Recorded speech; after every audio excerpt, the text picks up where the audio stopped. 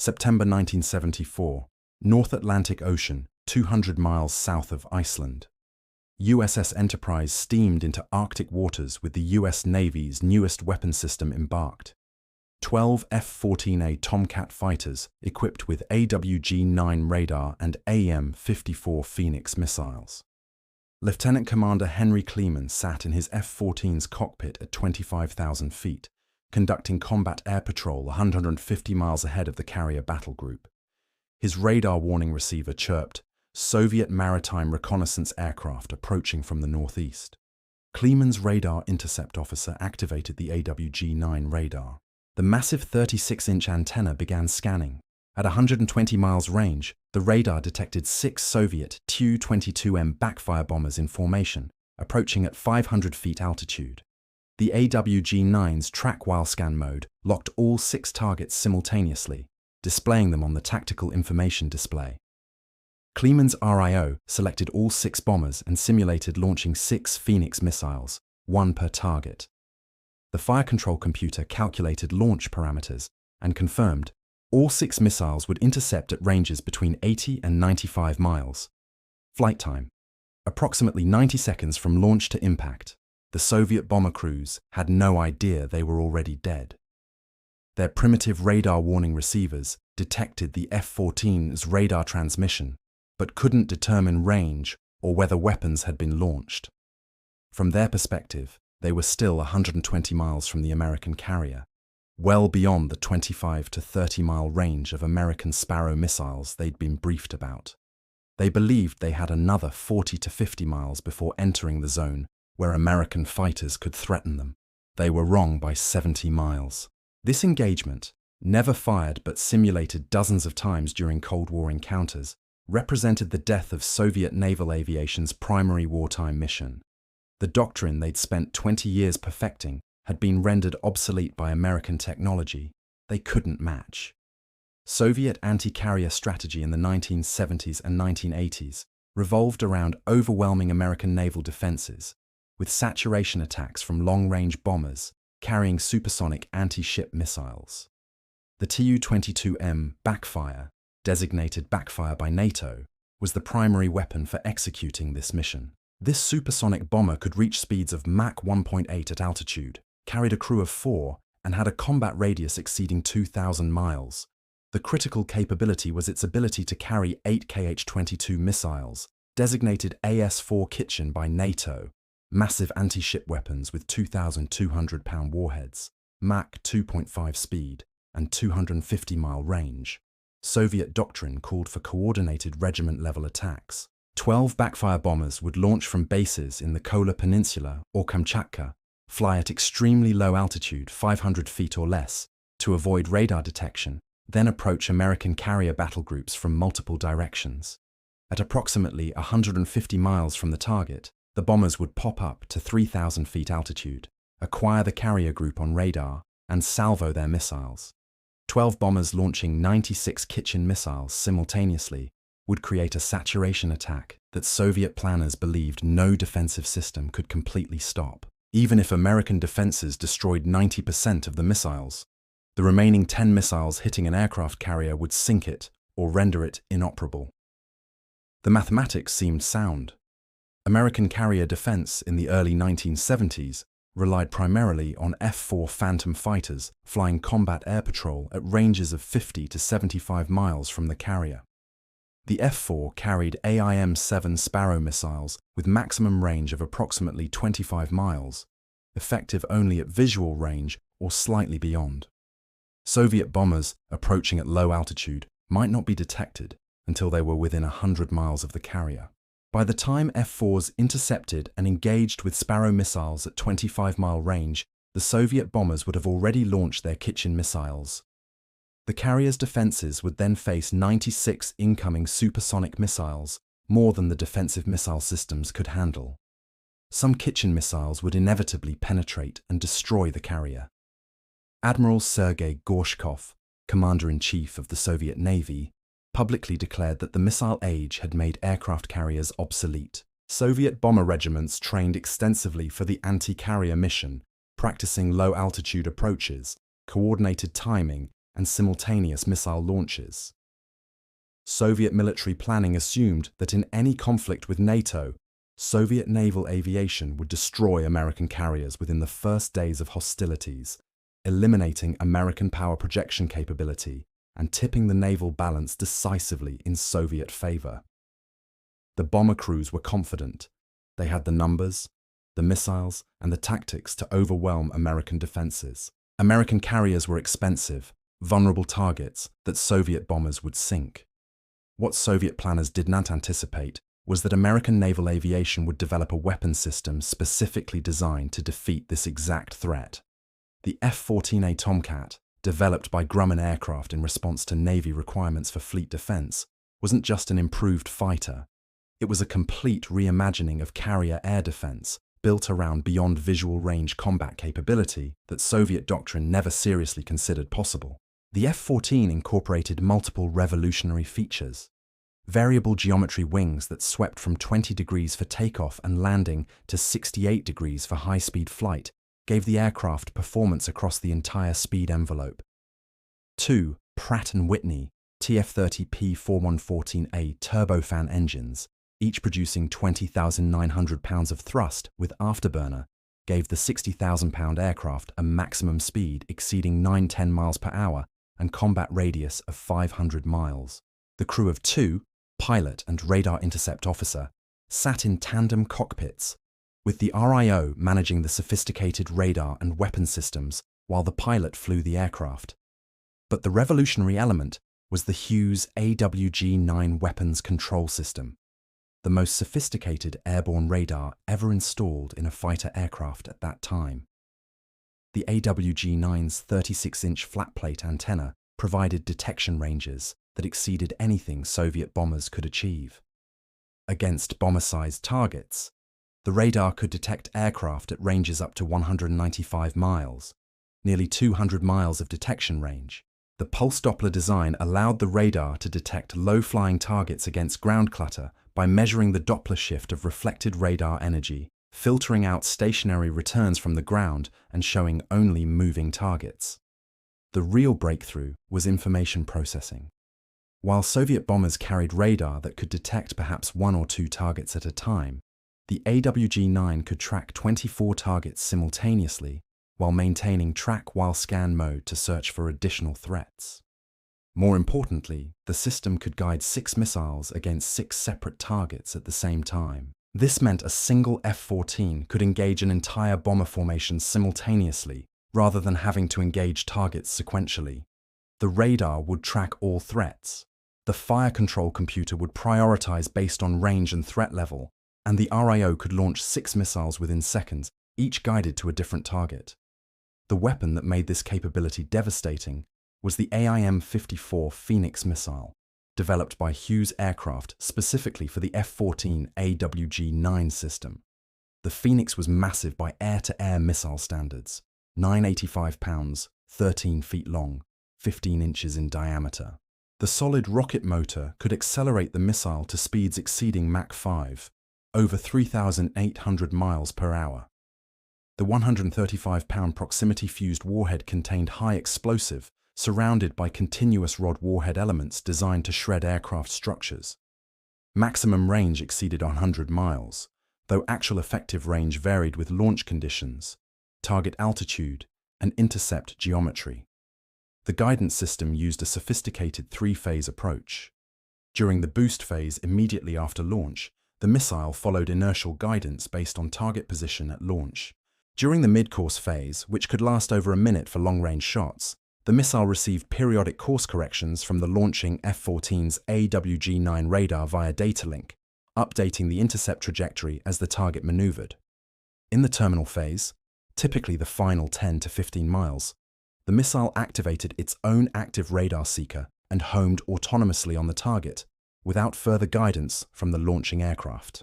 This fire-and-forget terminal phase allowed the F-14 to launch multiple Phoenix missiles against different targets without needing to provide continuous guidance for each missile. The cost was extraordinary, approximately $477,000 per missile in 1970s dollars, equivalent to over $2 million in 2020's currency. This made Phoenix the most expensive air-to-air missile in the world. But Navy planners considered the cost justified. A single Phoenix missile that destroyed a Tu-22M Backfire bomber worth $40 million and carrying 8 Kitchen missiles worth $1 million each prevented $48 million of Soviet assets from attacking an aircraft carrier worth $2 billion and carrying 70 aircraft worth over $1 billion total. The economics favored defense. An F-14 configured for fleet defense carried 6 Phoenix missiles semi-recessed under the fuselage, 2 AIM-7 Sparrow medium-range missiles, 2 AIM-9 Sidewinder short-range missiles, and an internal M61 Vulcan 20mm cannon. The 6 Phoenix missiles were the primary weapon, designed to destroy the bomber raid at maximum range before the bombers could launch their anti-ship missiles. The Sparrows and Sidewinders provided backup capability against any bombers that penetrated the Phoenix engagement zone. The cannon was last-ditch defense if somehow a bomber closed to visual range. This layered defense provided engagement capability from over 100 miles down to point-blank range. The F-14A became operational in September 1974 when VF-1 and VF-2 deployed aboard USS Enterprise. The system's capabilities were immediately tested in fleet exercises designed to simulate Soviet saturation attacks. In one scenario conducted in 1975, exercise controllers simulated a regiment of 12 Soviet backfire bombers approaching the carrier battle group from multiple directions at low altitude. 4 F-14s on combat air patrol detected the simulated bombers at ranges exceeding 100 miles. Each F-14 launched 6 Phoenix missiles at ranges between 70 and 90 miles, well before the bombers reached the 150-mile range needed to launch their Kitchen missiles. Within 3 minutes, the exercise referees declared 22 of 24 bombers destroyed. The 2 surviving bombers were engaged by F-14s using Sparrow missiles at 25 miles, destroying them before they reached launch range. 0 bombers reached weapons release point. The saturation attack had been defeated with nearly 100% effectiveness. Soviet observers present at NATO exercises. Standard protocol during détente allowed limited observation by both sides. Filed reports describing F-14 Phoenix performance. Soviet Naval Aviation headquarters initially dismissed these reports as propaganda or exercise artifacts. The claimed engagement ranges exceeded anything Soviet air-to-air missiles could achieve by factors of 3 or 4. Soviet long-range air-to-air missiles like the R-33 used on MiG-31 interceptors had maximum ranges of perhaps 35 miles under ideal conditions, 1/3 the Phoenix range. Soviet military theorists had concluded that beyond visual range combat with air-to-air missiles was impractical due to identification difficulties and low hit probability. The Americans claimed their system could reliably engage at 100 miles. Soviet analysts didn't believe it. But as evidence accumulated through the late 1970s and 1980s, Soviet naval aviation confronted uncomfortable reality. Mediterranean deployments brought F-14s into regular contact with Soviet bomber formations, conducting training flights and reconnaissance missions. Soviet Tu-22M crews flying near American carrier battle groups found themselves tracked continuously at ranges exceeding 100 miles. Their radar warning receivers detected F-14 radar emissions, but could not determine that weapons had already been simulated against them. The psychological impact on bomber crews was significant. They knew American fighters were locking them up at ranges where Soviet doctrine said engagement was impossible. If those were real Phoenix launches instead of simulations, the bomber crews would be dead before knowing they were under attack. The Iran-Iraq War from 1980 to 1988 provided the only combat test of the Phoenix missile system. Iran, which had purchased 79 F-14As from the United States before the 1979 Islamic Revolution, operated Tomcats against Iraqi aircraft throughout the war. Despite maintenance challenges and lack of spare parts, after relations with the US collapsed, Iranian F-14s achieved confirmed Phoenix kills at ranges exceeding 60 miles against Iraqi bombers and fighters. These long-range kills, documented through multiple sources including Iraqi military records captured after the 2003 invasion, proved that Phoenix wasn't just effective in exercises, It could destroy aircraft at extreme ranges in actual combat. In 1983, the US Navy conducted a test off the California coast, specifically designed to demonstrate multi-target engagement capability. An F-14 from VF-124 fired 4 Phoenix missiles in rapid succession, one every 5 seconds, against 4 separate drone targets flying at ranges between 70 and 85 miles. All 4 missiles guided successfully to their targets. All 4 drones were destroyed. The test proved that a single F-14 could engage and destroy half of a Soviet bomber regiment before those bombers could launch weapons. 2 F-14s could theoretically eliminate an entire 12-bomber regiment. 4 F-14s on combat air patrol could engage 24 bombers simultaneously, the equivalent of 2 full regiments. Soviet naval aviation doctrine faced an impossible mathematical problem. To successfully attack an American carrier group defended by F-14s, Soviet bombers needed to overwhelm the defenses with more simultaneous threats than the defenders could engage. But each F-14 could engage 6 bombers simultaneously at ranges exceeding 100 miles. A carrier battle group typically had 12 to 16 F-14s aboard. Simple multiplication revealed that Soviet bombers would face potential Phoenix engagement of 72 to 96 targets simultaneously. To reliably penetrate such defenses would require launching attacks with over 100 bombers, more than an entire Soviet Naval Aviation division, representing nearly the entire bomber force available to a Soviet fleet. The range disparity created a zone Soviet planners called the death funnel. Soviet bombers had to approach within 150 miles of American carriers to launch kitchen missiles. F-14s could engage at 100+ miles. This created a 50-mile zone where Soviet bombers would be under attack, but unable to fire back. Every mile the bombers flew toward the carrier between 150 and 100 miles meant flying deeper into an engagement zone where they were being shot at, but couldn't shoot back. By the time bombers reached 100 miles, the Phoenix maximum range, they were still 50 miles from being able to launch their own missiles. Those 50 miles, flown at 600 miles per hour, represented 5 minutes of flight time. 5 minutes where Phoenix missiles traveling at Mach 5 could reach them in 90 seconds. The mathematics were brutally simple. Soviet bombers would be destroyed before achieving weapons release. Soviet attempts to counter the Phoenix threat explored multiple approaches, all unsuccessful. Flying lower to avoid radar detection didn't work. The AWG-9's pulse Doppler radar detected low-flying targets effectively, and carrier-based E-2 Hawkeye airborne early warning aircraft could vector F-14s to intercept bombers beyond the AWG-9's detection range. Electronic jamming proved ineffective. The Phoenix had home-on-jam capability that allowed it to guide on jamming signals if the target zone radar was being used for jamming. Attempting to saturate defenses required coordinating attacks by 30 or more bombers, which created impossible logistics and command and control challenges, while still facing high loss rates. Soviet fighter escorts provided no solution.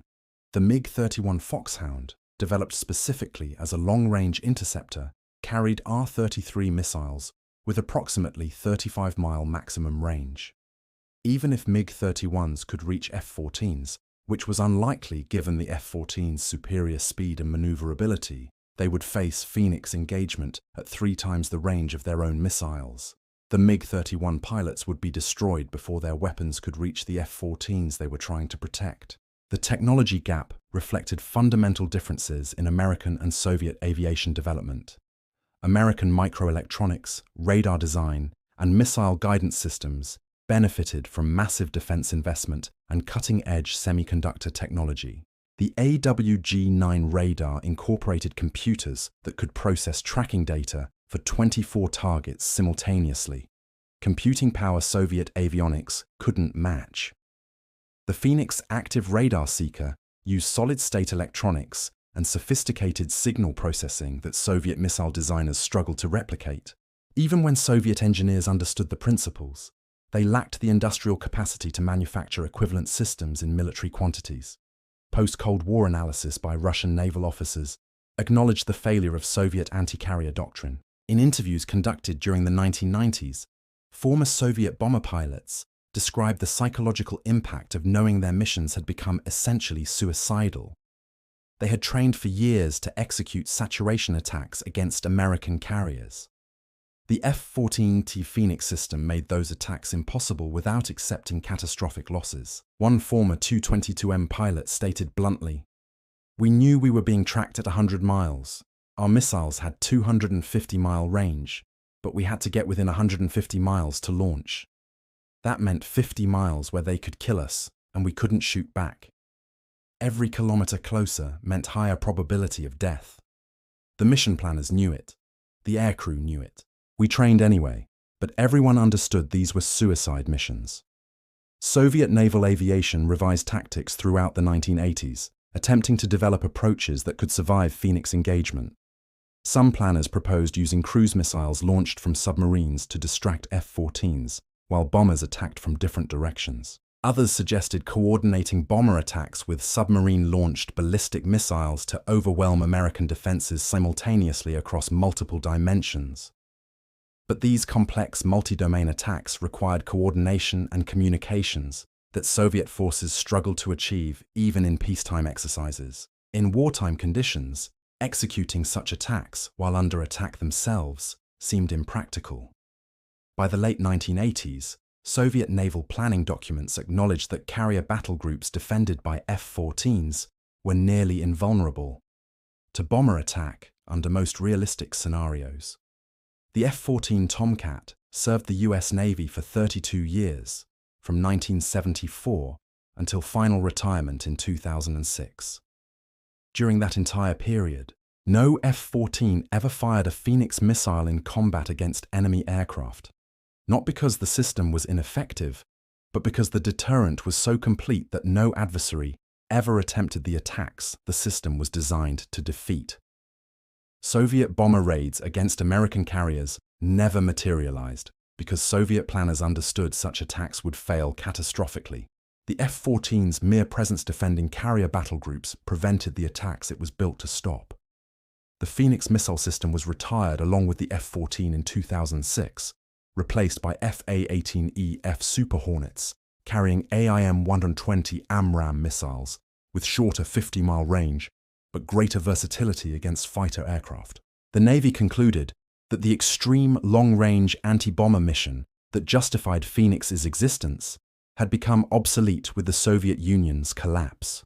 Modern threats came from shorter-range anti-ship missiles launched from smaller platforms, not massed bomber raids. The AIM-120's shorter range was sufficient for these missions while costing far less than Phoenix. Soviet naval aviation never recovered from the strategic failure of its anti-carrier doctrine. The massive investment in Tu-22M bombers, kitchen missiles, and supporting infrastructure had been predicated on the assumption that saturation attacks could overwhelm American defenses. The F-14 Phoenix combination proved this assumption false.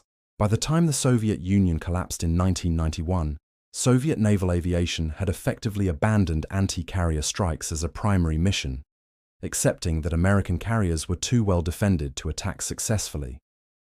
The bomber regiments remained operational, but their mission shifted to reconnaissance, land attack, and anti-surface ship missions against less defended targets. The psychological victory was as significant as the technological achievement. For 20 years, Soviet naval aviation had built doctrine, trained aircrews, and procured aircraft around the mission of sinking American aircraft carriers. They had developed tactics, conducted exercises, and refined procedures for executing saturation attacks. The F-14 Tomcat and AIM-54 Phoenix demonstrated that all of this investment had been wasted. The mission was impossible. Soviet bombers couldn't survive long enough to launch their missiles. American carriers were essentially invulnerable to the primary threat Soviet planners had designed to destroy them. In the cold mathematics of naval warfare, where range determined survival and engagement zones defined victory, the F-14 Tomcat represented more than advanced technology. It represented the obsolescence of Soviet naval aviation's primary wartime mission, the validation of American carrier-based power projection, and the continuation of American naval supremacy that Soviet planners had believed they could challenge. Soviet bombers were designed to sink American carriers from 150 miles using long-range anti-ship missiles. The F-14 Tomcat could kill those bombers at 100 miles, 50 miles before they reached weapons range. The gap wasn't just 50 miles of ocean, it was a generation of radar technology, missile guidance, and beyond visual range combat capability that made Soviet naval aviation's primary mission impossible. For 32 years, from 1974 to 2006, that gap remained unbridged, and Soviet bombers never dared execute the attacks they had trained their entire careers to perform.